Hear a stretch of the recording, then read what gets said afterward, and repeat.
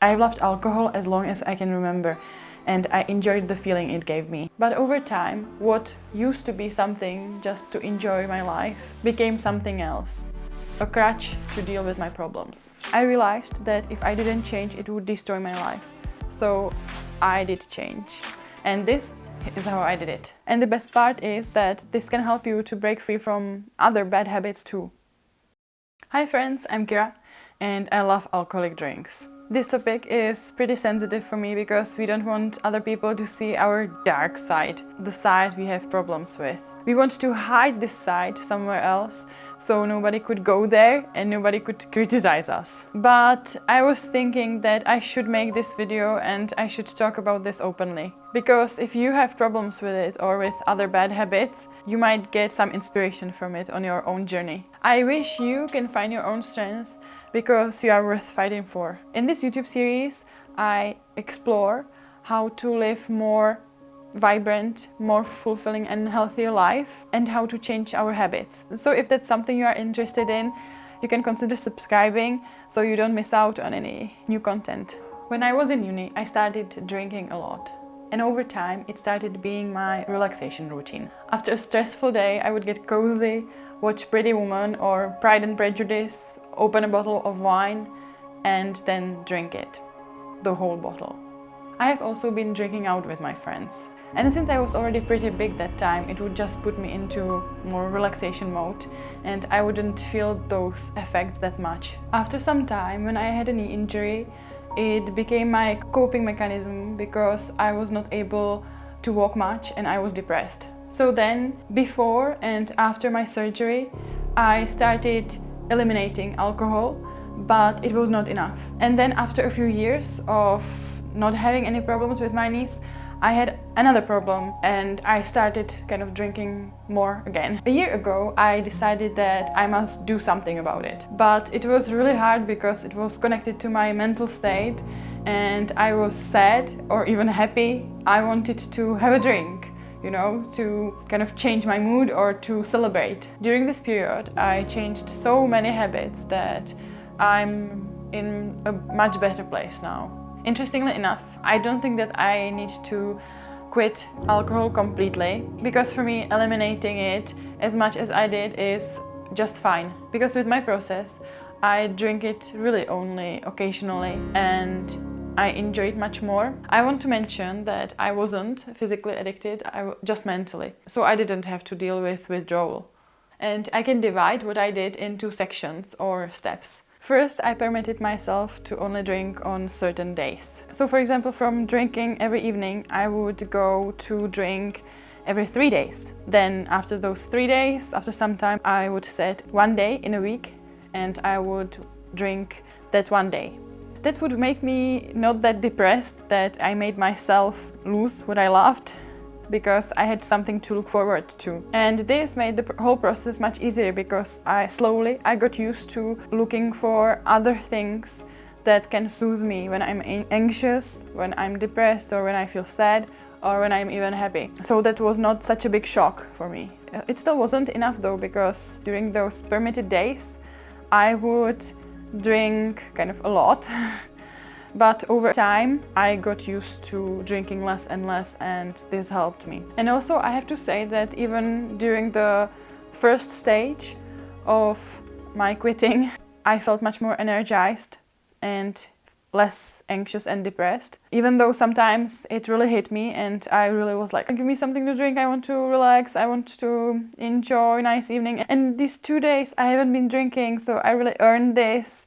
You know, like your mind makes all types of excuses every time, but still, even though like it was hard during the times, I felt much energized. And also I have to say that after not drinking for some time, I realized that my imagination got better.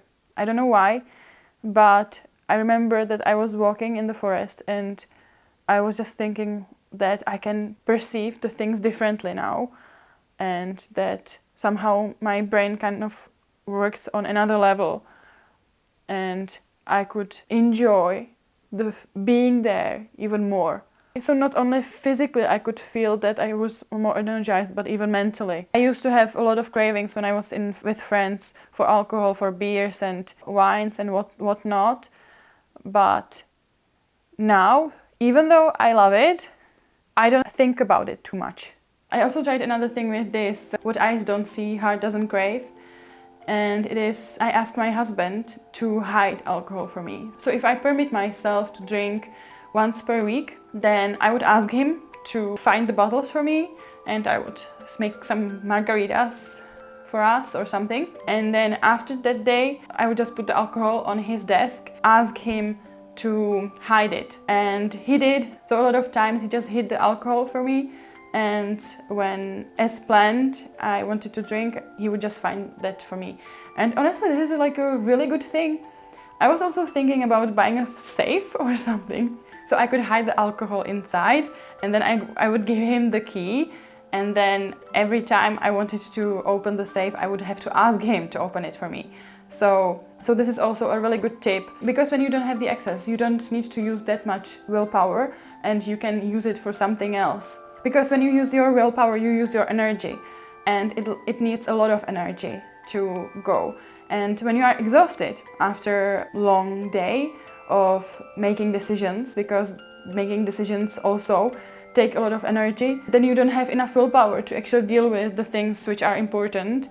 And that's why these steps actually really helped me to stay on track, even though I didn't feel motivated, I didn't feel any energy, I didn't feel any willpower. Then the next step was stopping buying alcohol home. And honestly, this was the biggest turning point for me. And of course, I had to talk to my husband about it to be on the same page. I always say, what eyes don't see, heart doesn't crave. Because when I'm at home after a stressful day, my willpower is pretty much gone. If I have alcohol sitting right there, I might drink, I might not, but it will take a lot of my willpower to not drink. And I must tell you, it was not an easy step, not from the beginning, not even after. In a store, I would have to pass the liquor section without even looking that direction. I had to make me look the other way. If there was like, I don't know, chocolate section and then opposite to it there was liquor section, I would look at the chocolate section because I didn't want to see, even like to see it, to get tempted.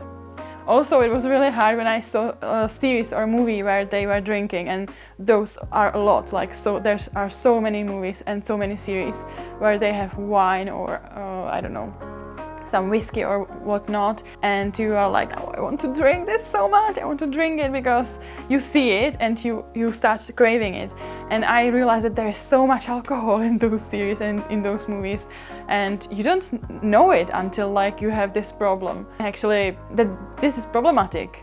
This can be really problematic. I don't know, like all the structure, also like the shops, because when you want to go to the cashier, there is usually the liquor section is there too. Like there's a small liquor section next to the cashier. So when you want to pay, you need to go next to it. And this is also like really problematic, as well as there's cigarettes in Czech shops, like cigarettes, candy and liquors. So I understand that they want to make money. It sounds like I'm blaming the society or something about my psychological addiction, which I don't. I know that it's completely my responsibility and my fault, but at the same time, some things in this environment are really hard, and I feel that that's why our population is more addicted to things, because it's more available for us. We buy things because we see other people using them. We are addicted to our phones because it's on our reach of our hand, and it's really easy to get addicted to it and to like feel this dopamine flow all the time. And then when you stop something and you feel the withdrawal in your brain and I haven't felt any physical withdrawal, but like the mental one, when everything reminds you of the thing which you just kind of lost. That's the hard part. And that's why I chose this way, because I knew that if I rush into things too much, then I would feel really unhappy, and it would probably mean that I would fail miserably. That's why I chose the slow progress. I do have some cravings, sometimes, but for most of the time I already forget about that because it's already a couple of months. So I'm used to not having it at home, and my brain got used to doing other stuff than drinking at home, yeah.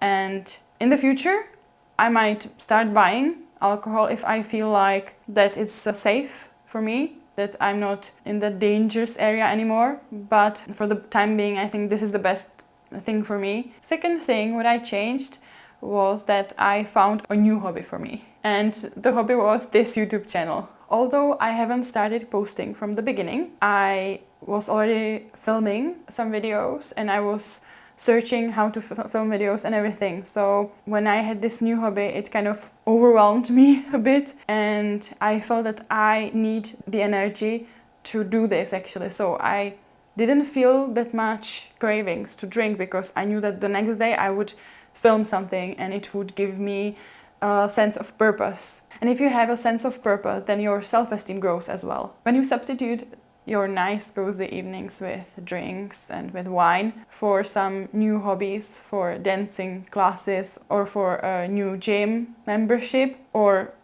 photography lessons or acting lessons or whatnot, then your self-esteem grows and you will feel much more satisfied in your life. And also when you need to be alert, then you would give up alcohol much easily. Relationships. I brought my husband into the process. I had to explain to him what I was trying to achieve. He already knew that it was a burden for me, that it was something on my mind and that I was fighting with it. But up until then, he didn't say too much about it. He understood that if he pushed me too hard to quit, I would get defensive, and that wouldn't really inspire me to change. When I finally opened up about my plan, he was really supportive. For instance, when I told him that I wanted to limit myself to drinking only once every 3 days, on the days I was craving it, he would just smile and say, "Not today, you'll enjoy it tomorrow." And when I told him that I didn't want to buy any alcohol home, he also stopped buying alcohol.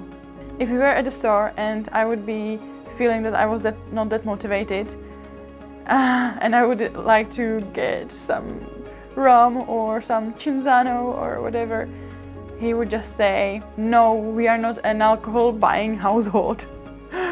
His support helped me to push through those moments where I felt unmotivated and where I felt I lost my willpower. Another step was to bring my personal belief into the process. So if you have any spiritual beliefs, even though they are maybe different from mine, they can also become a valuable part of your journey. For me, I prayed that I would get less cravings for alcohol. And I truly believe that God helped me to ease those cravings over time and just be less tempted. Another helpful thing what I did was that I visualized myself being happy without alcohol.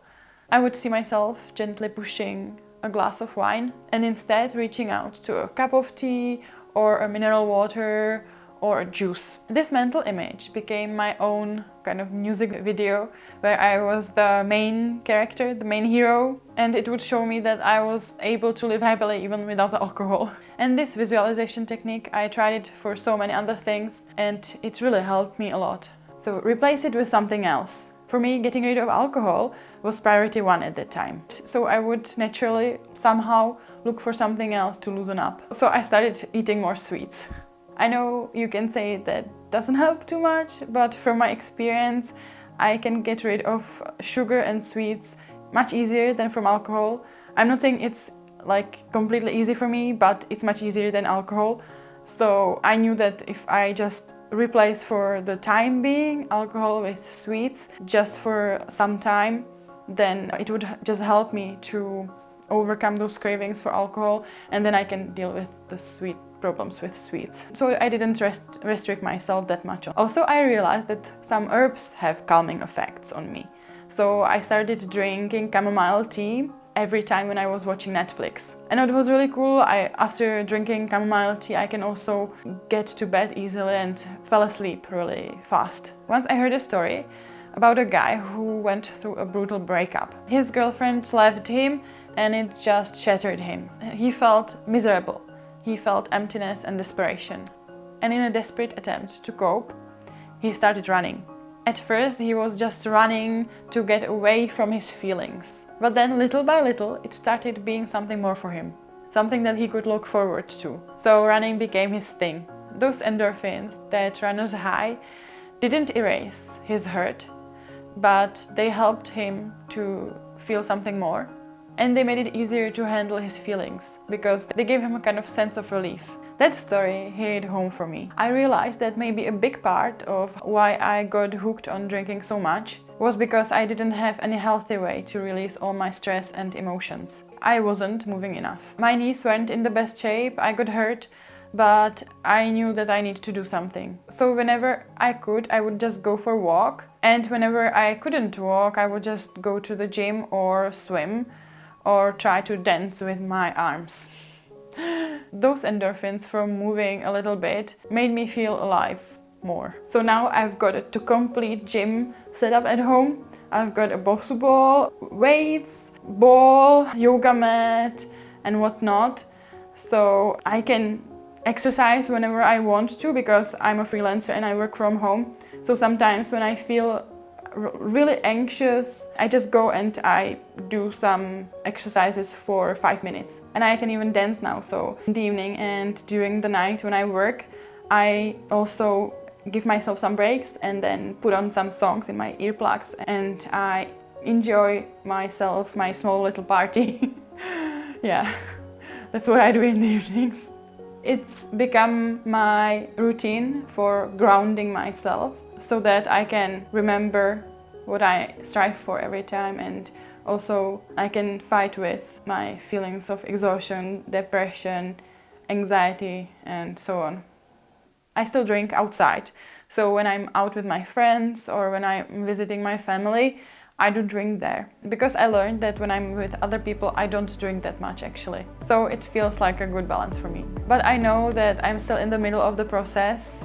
With this, I'm nowhere near the end, so I know that there is a big path in front of me. And it's because I think that when you are fighting against a habit, you adopt it for so long, then it's still wired in your brain, even though you don't do it anymore, but like it's still there, and it's hard to kind of erase those paths. But I also know that if I slip and if I do something I'm not proud about, I can pick up myself with all the things I've shared with you. So I can actually keep moving forward. So my next video is going to be about quitting smoking. So stay tuned for that and have a great day, and don't forget to stay sexy. Bye.